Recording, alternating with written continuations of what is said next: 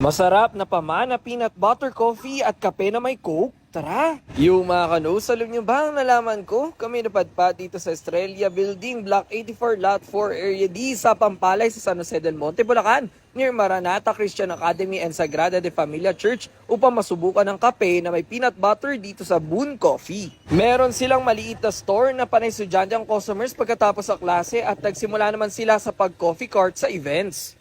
Hello, I'm Jade Castro, the owner of Moon Coffee. We started Pop-Up sa Legazpi City at Bali.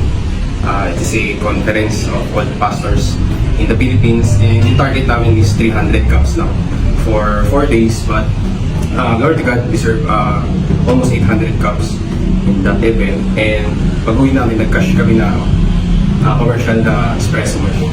Tulad nga ng sabi ko kanina, nasubukan namin itong pamana coffee na hinaluan ng peanut butter na gawa sa San Jose del Monte mismo ang kanilang specialty coffee. Kaya ito ay may pinagsamang tapang ng kape at peanut flavor. Ang isa pa sa kanilang specialty drinks ay ang Coca Coffee na soft drinks naman ang kasama ng kanilang espresso. Better you try it na lang para may reason para pumunta kayo dito. We also tried their matcha cream na creamy and comforting ang lasa, while the hot hazelnut latte naman ay may buttery and warm flavor. For desserts, meron silang croffle like this blueberry cream na may good croffle texture. Masarap din itong not too sweet cookies na may flavors sa matcha, choconut, s'mores at chocolate walnut. While for something cakeish ay itong choco moist at choco fudge na perfect sa mga chocolate lovers. You can book them nga pala if ever gusto nyo ng coffee cart sa next event nyo. And open sila from 12 p.m. to 10 p.m. every day. And makikita nyo din sila sa Waze app kung pupunta kayo. O ano pa hinintay nyo? Tara na dito sa Boon Coffee sa San Jose del Monte, Bulacan. Let's go!